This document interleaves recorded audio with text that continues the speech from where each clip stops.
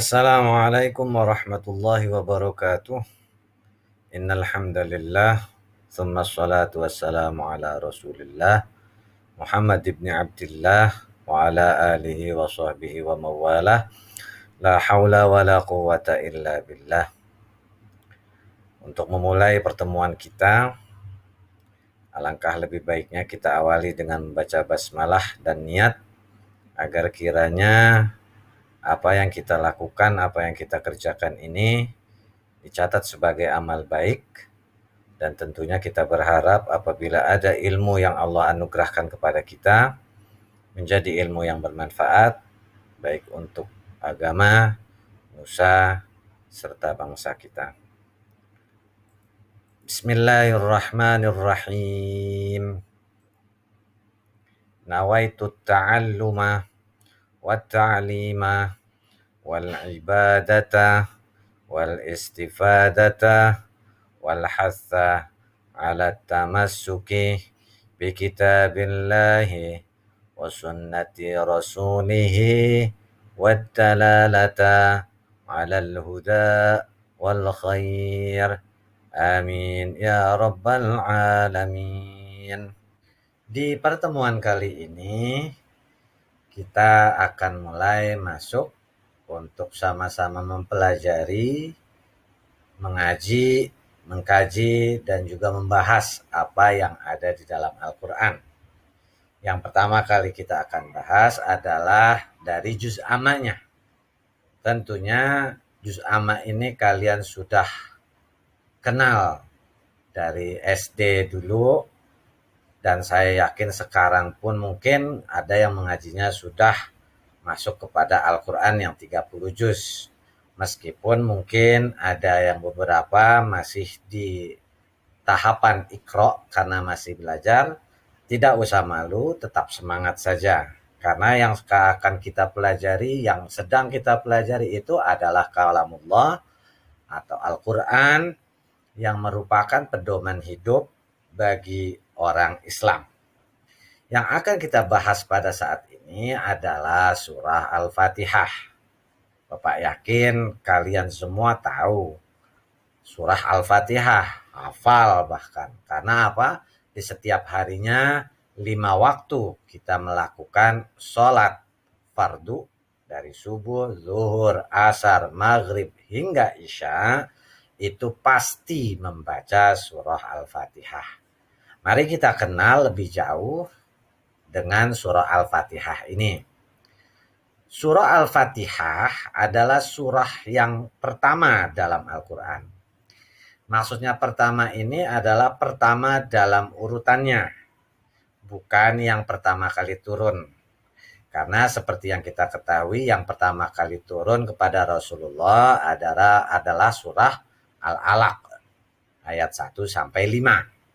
Nah, surah Al-Fatihah ini urutannya yang pertama dalam Al-Quran. Yang pertama Al-Fatihah, yang kedua Al-Baqarah, terus hingga yang terakhir adalah surah An-Nas.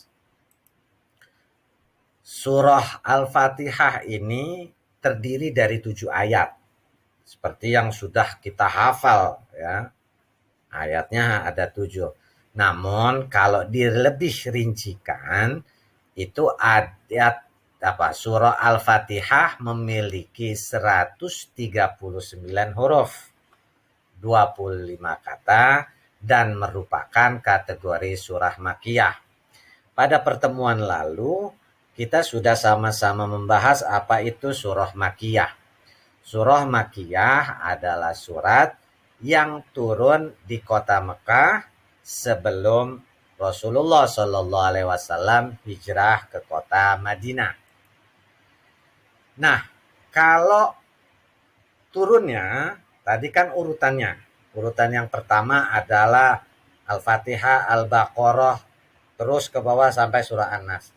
Tetapi kalau urutan turunnya, Al-Fatihah itu adalah surat yang kelima turun kepada Rasulullah, diturunkannya setelah surah Al-Mudaththir.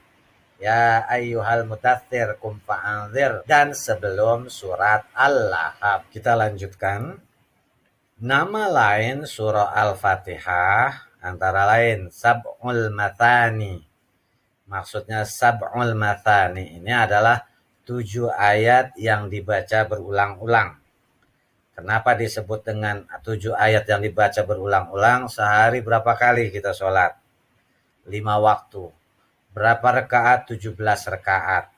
Setiap rakaat diwajibkan membaca surah Al-Fatihah. Yang kedua disebut juga Fatihatul Kitab atau pembukanya Alkitab Al-Quran. Yang ketiga yaitu Ummul Kitab atau induknya Alkitab Al-Quran.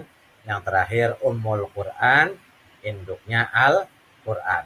Kenapa dikatakan induknya Al-Quran? Hal ini dikarenakan bahwasanya semua surat yang ada di dalam Al-Quran, ulama-ulama berpendapat bahwasanya semuanya teringkas, terangkum dalam surah Al-Fatihah. Karena di Al-Fatihah menyangkut masalah ketauhidan, masalah keyakinan, masalah sejarah, masalah tentang bagaimana kita bersyukur. Di situ semua ada di dalam surah Al-Fatihah. Nama lain dari surah Al-Fatihah selain tadi Fatihatul Kitab, Ummul Kitab, Ummul Quran, Sab'ul Mathani, ada juga Al-Kafiyah yang mencukupkan. Kenapa dikatakan cukup? Karena cukup dengan membaca Al-Fatihah maka terkategori cukup untuk melaksanakan sholat ya. Sholat itu merupakan rukunnya membaca Al-Fatihah salah satunya. Ada juga yang mengatakan cukup di sini adalah insya Allah akan mencukupi segalanya. Al-Fa'wal Wafiyah yang berlimpah. Karena di dalam Al-Fatihah juga sangat berlimpah. Kandungan-kandungan yang ada pun berlimpah. Asyifa yang mengobati. Kalau ada yang sakit, banyakin membaca surah Al-Fatihah. Ar-Ruqyah yang meruqyah ya. Ketika kita mungkin banyak mendengar ada orang yang mungkin terganggu, Al-Fatihah pun bisa untuk meruqyah orang-orang yang mungkin terganggu dengan makhluk-makhluk gaib lainnya. Al-Asas, pondasi keimanan ada di Al-Fatihah. As-Salah, kebaikan. Al-Hamd, pujian. Al-Kanz, harta yang terpendam. Itulah nama lain dari Al-Fatihah. Di sini juga akan ada pembagian surah Al-Fatihah. Kenapa kok ada pembagian surah Al-Fatihah? Al-Fatihah itu tetap 7 ayat. Meskipun mungkin ada yang mengatakan Bismillah atau Basmalah itu termasuk ayat dari Al-Fatihah. Ada juga yang mengatakan bahwasanya Basmalah bukan termasuk bagian dari ayat Al-Fatihah. Dua-duanya punya dasar, dua-duanya punya dalil, dan dua-duanya tidak bisa disalahkan, dua-duanya dibenarkan. Tapi biar tahu bagaimana pembagiannya, karena ingat dengan basmalah ataupun tanpa basmalah, Al-Fatihah tetap harus 7 ayat. Nah sekarang kalau misalnya Al-Fatihahnya ini tanpa basmalah, maka ayat yang ketujuh adalah siratal ladzina an'amta 'alaihim ghairil maghdubi 'alaihim waladdallin. Itu sampai situ. Jadi agak panjang.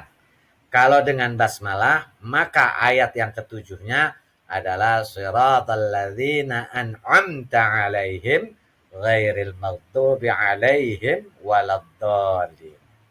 Sedangkan kalau basmalah bukan termasuk dari surah Al-Fatihah, maka ayat yang ketujuhnya adalah ghairil maghdubi 'alaihim waladdallin.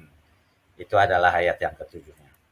Untuk lebih mudahnya, di depan kalian ada slide, ini surah Al-Fatihah. Kalau tadi disebutkan kalau basmalah termasuk ayat dari surah Al-Fatihah, maka bisa dilihat Bismillahirrahmanirrahim ayat pertama. Alhamdulillahirabbil alamin ayat kedua, Ar-Rahmanirrahim ayat ketiga, Maliki yaumiddin ayat keempat, Iyyaka na'budu wa iyyaka nasta'in ayat kelima, Ihdinas siratal mustaqim ayat keenam. Nah, ayat yang ketujuhnya kalau basmalah termasuk ayat di Al-Fatihah, maka ini ayat yang ketujuhnya. Siratal ladzina an'amta 'alaihim ghairil maghdubi 'alaihim waladdallin. Ini ayat yang ketujuhnya. Tetapi kalau basmalah bukan termasuk ayat dari surah Al-Fatihah, maka Alhamdulillahirabbil alamin ayat pertama, Ar-Rahmanirrahim ayat kedua, Maliki yaumiddin ayat ketiga, Iyyaka na'budu wa iyyaka nasta'in ayat keempat, Ihdinas siratal mustaqim ayat kelima, Siratal ladzina an'amta 'alaihim. Nah, ini ayat yang keenam. Yang ketujuhnya ghairil maghdubi 'alaihim waladdallin. Amin. Sekarang mari kita sama-sama baca surah Al-Fatihah ini. Bagi kalian yang belum berwudu, lebih baik berwudu terlebih dahulu. Dan yang belum menutup auratnya dengan sempurna, tutupilah aurat kalian, karena yang akan kita baca adalah Ummul Kitab, surah Al-Fatihah, yang merupakan kalamullah atau firman Allah. A'udzu billahi minasy syaithanir rajim. Bismillahirrahmanirrahim. Alhamdulillahi rabbil alamin. Ar-Rahmanir-Rahim. Maliki yaumiddin. Iyyaka na'budu wa iyyaka nasta'in. Ihdinas siratal mustaqim. Siratal ladzina an'amta 'alaihim ghairil maghdubi 'alaihim waladdallin.